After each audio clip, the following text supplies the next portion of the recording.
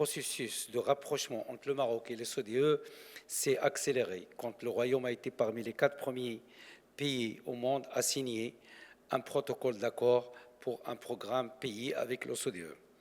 En effet, soucieux d'adopter les meilleures pratiques internationales avec la volonté de construire une économie ouverte et transparente, le Maroc a adhéré à une trentaine d'instruments juridiques à l'OCDE et participe à une dizaine de ses organes et comités. Satisfait des résultats du premier programme pays, le Maroc a réaffirmé sa volonté de renforcer ses relations de coopération avec l'OCDE et a signé un protocole d'accord pour un deuxième programme pays. Ce programme a visé, comme vous le savez, la réalisation d'actions stratégiques et de soutien aux objectifs de notre pays dans les domaines notamment de la gouvernance publique, l'économie et l'investissement, l'inclusion sociale et le développement territorial. Aujourd'hui, le Maroc adhère à 35 instruments juridiques de l'OCDE et participe aux travaux de 13 de ses organes. Conformément au nouveau modèle de développement du Maroc, le deuxième programme pays relatif au Maroc que nous clôturons aujourd'hui s'articulait autour de 4 piliers.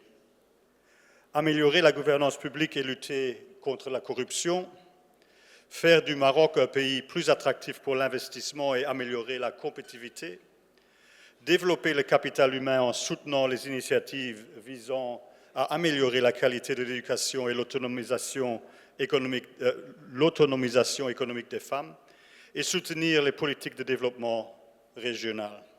Nous avons assisté aujourd'hui en présence de Monsieur le chef du gouvernement et le secrétaire général de l'OCDE du lancement de la première étude économique faite par l'OCDE concernant l'économie marocaine. Bien sûr, le partenariat avec l'OCDE date depuis 2005 avec beaucoup d'instruments, beaucoup de programmes, mais c'est la première fois que nous faisons cette étude économique. Très important, elle a été faite, on va dire, exclusivement par l'OCDE, bien sûr en faisant participer des gens du secteur public, des institutions de notre pays, de la société civile, du monde privé, mais selon la même méthodologie qui est utilisée pour les pays membres et qui sont soumis à l'exercice tous les 2 ans. Les conclusions de cette étude sont là. D'abord, la confirmation, on va dire, de la trajectoire de développement qu'a connue notre pays sur les 2 dernières décennies sous, on va dire, la vision éclairée de Sa Majesté, la résilience de l'économie, les grands chantiers, les grands challenges. On peut bien entendu se féliciter que ces acquis sont là. Bien sûr, il y a le futur et l'ambition, c'est ça le plus important. Donc nous avons des recommandations, des constats. On est d'accord sur l'essentiel, pas sur tout, c'est important. Parce que cet instrument, c'est pas juste une étude une fois, c'est un partenariat, un dialogue, pas juste avec une institution, mais avec les pays membres de cette institution. Donc, Monsieur le chef du gouvernement a signé aujourd'hui avec le secrétaire général un mémorandum, on va dire, pour une nouvelle étape. Cette nouvelle étape qui arrive dans un moment crucial où notre pays accélère ses chantiers, confronte les challenges et les crises. Et nous espérons, comme tous les Marocains, que nous serons au rendez-vous de la vision souhaitée par Sa Majesté, que Dieu l'assiste. Donc cette étude, c'est la première étude économique faite par l'OCDE du Maroc, une des premières fois qu'on fait une étude en Afrique aussi, donc c'est une approche très importante. Ce que